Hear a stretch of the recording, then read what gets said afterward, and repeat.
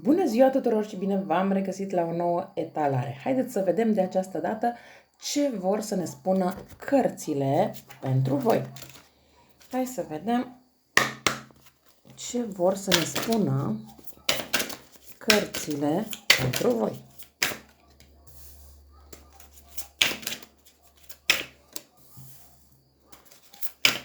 Păi, în primul rând, văd aici că cărțile ne vorbesc despre zodia Balanță, zodia Scorpion.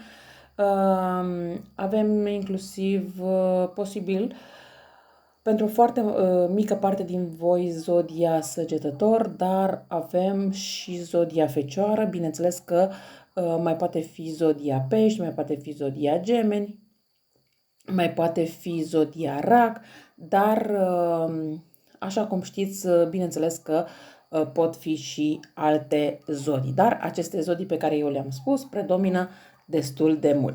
În primul rând, aici vreau să vă spun că văd că o parte dintre voi aveți de-a face cu o autoritate sau persoana la care v-ați gândit este o persoană destul de autoritară. Este o persoană care se impune destul de mult, o persoană care își dorește să dețină controlul și consideră că prin acest fapt că deține controlul păstrează un echilibru, că poate ține lucrurile sub control.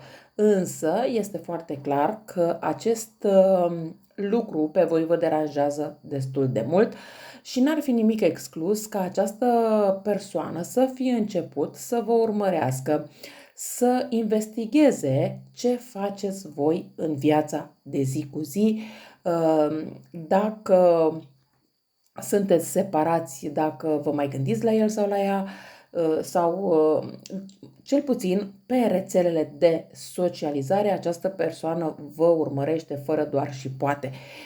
Pe lângă asta văd că această persoană se gândește ca în viitor să comunice cu voi, să ia legătura cu voi, să vă facă un mesaj sau, de ce nu, chiar un apel telefonic, dar că cumva este o distanță destul de mare între voi, n-ar fi nimic exclus ca în perioada de lună plină sau de lună nouă să vă bată această persoană chiar la ușă, să vă întâlniți cu această persoană, dar îmi este foarte clar că în perioada când va fi lună nouă sau lună plină, această persoană va da un semn.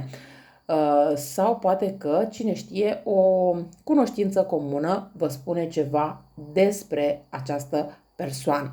Dar nu cred că în următoarele 34 de zile de când vedeți acest videoclip, voi nu veți auzi ceva în legătură cu această persoană sau că această persoană va lua legătura cu voi. Da? Deci în următoarele 34 de, poate să fie 34 de ore, poate să fie 34 de zile, da, în funcție de energia fiecăruia dintre voi.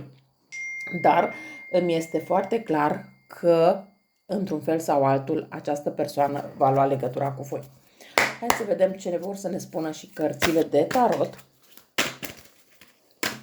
în legătură cu această situație.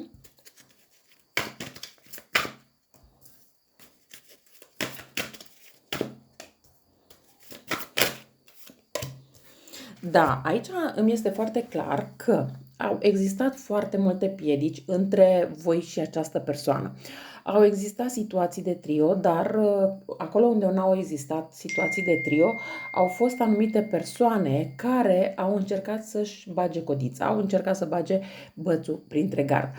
Această persoană nu e că nu și-ar dori în acest moment să vină la voi sau să ia legătura cu voi, doar că în acest moment nu are această posibilitate. Se simte cumva blocată în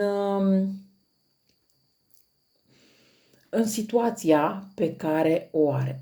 Aici poate să fie persoane cu inițiala A, poate să aibă inițiala A în nume, prenume, sau poate să fie într-un oraș, într-o țară cu A. Da?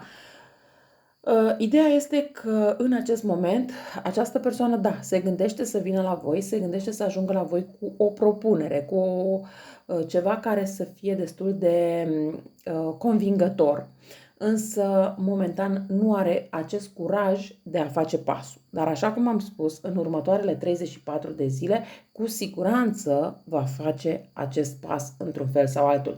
Însă, pe voi vă văd destul de hotărâți, hotărâte în ceea ce urmează pe mai departe să faceți. De ce? Pentru că v-ați săturat de această situație cu prea multe obstacole, cu prea multe piedici în calea fericirii voastre și aveți clar dreptate. E ca și cum acum îi spuneți acestei persoane ori totul, ori nimic. Nu e că nu vreți să-i mai dați o șansă acestei persoane, nu e că închideți ușa în totalitate, dar cumva îi impuneți niște reguli, îi impuneți niște hotărâri. Ori vrei așa, ori nu mai vrei.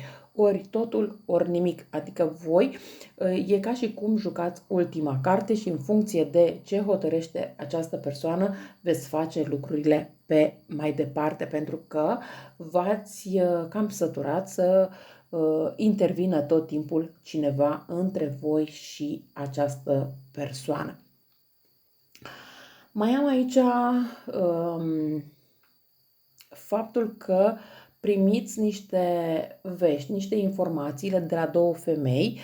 Poate să fie vorba de două prietene, poate să fie vorba de, nu știu, două cunoștințe, ceva de această natură, dar ideea este că aceste informații vă vin cumva sub formă scrisă. Poate să fie vorba de o scrisoare pur și simplu făcută, să primiți o scrisoare de nicăieri, poate chiar o scrisoare anonimă în care să vi se spună anumite lucruri, sau se poate întâmpla să primiți un mesaj în care să vi se spună, nu știu, poate să lăsați în pace, poate, nu știu, tot felul de lucruri ce țin de această situație, această relație. Și poate că și ăsta este un aspect care vă pune pe voi să spuneți acestei persoane ori totul, ori nimic. Hai să vedem ce va face această persoană în momentul în care voi veți spune totul sau nimic, ce hotărâre va lua.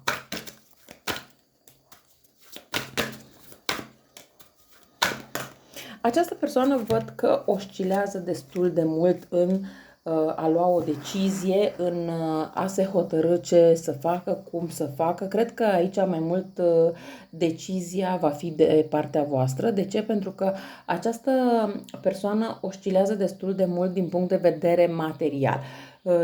Dacă face pasul înspre voi, ce pierde din punct de vedere material? Pentru că se vede foarte clar că cealaltă situație, relație sau cum vreți voi să o numiți, este mai mult din punct de vedere financiar decât din punct de vedere sentimental. Această persoană își dorește să vină înspre voi pentru că este foarte clar că are anumite sentimente pentru voi, dar în același timp îi este și frică să piardă această parte financiară. Din punctul meu de vedere, această persoană se va gândi destul de mult și destul de insistent la acea parte materială și cred că are frică destul de mare de a rămâne fără această parte financiară. Și atunci va fi mult mai ușor să renunțe la partea de sentimente decât să renunțe la partea financiară, indiferent câte șanse îi veți mai da voi de acum încolo. Și n-ar fi nimic exclus ca în momentul în care vine la voi chiar să vă și spună acest aspect, că nu poate renunța la partea cealaltă pentru că ar pierde partea financiară și nu se poate vedea sărac sau săracă pe mai departe, sau să nu își poată, nu neapărat că va fi mult mai sărac sau săracă, dar pierde anumite beneficii și atunci nu vede această posibilitate de a pierde aceste beneficii, plus că nu va spune în mod direct acest lucru, ci va spune, pe da, dar știi că am un copil sau doi și trebuie să am grijă de ei și nu pot să-i părăsesc și așa mai departe, dar cumva acest aspect în legătură cu copiii este doar o scuză de a nu spune în mod direct că pierde această parte financiară, că pierde aceste lucruri care sunt benefice pentru el sau pentru ea. Da? Și atunci e mai bine zice, hai să renunțăm noi decât să renunț la partea respectivă. Hai să vedem cum va pune problema pe viitor.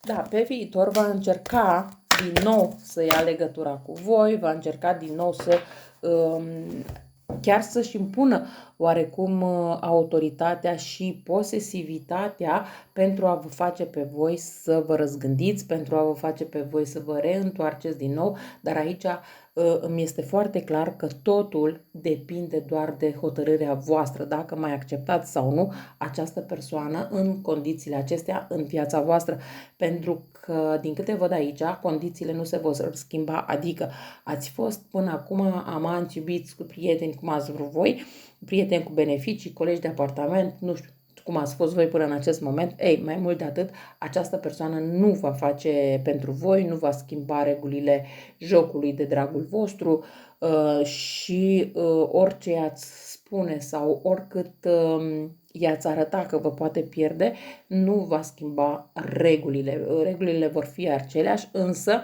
va încerca să vă împiedice pe voi pentru a vă găsi fericirea în brațele altei persoane. Deci aici voi trebuie să știți exact ce vreți și cum vreți să procedați pe mai departe, pentru că această persoană nu va renunța la confortul său.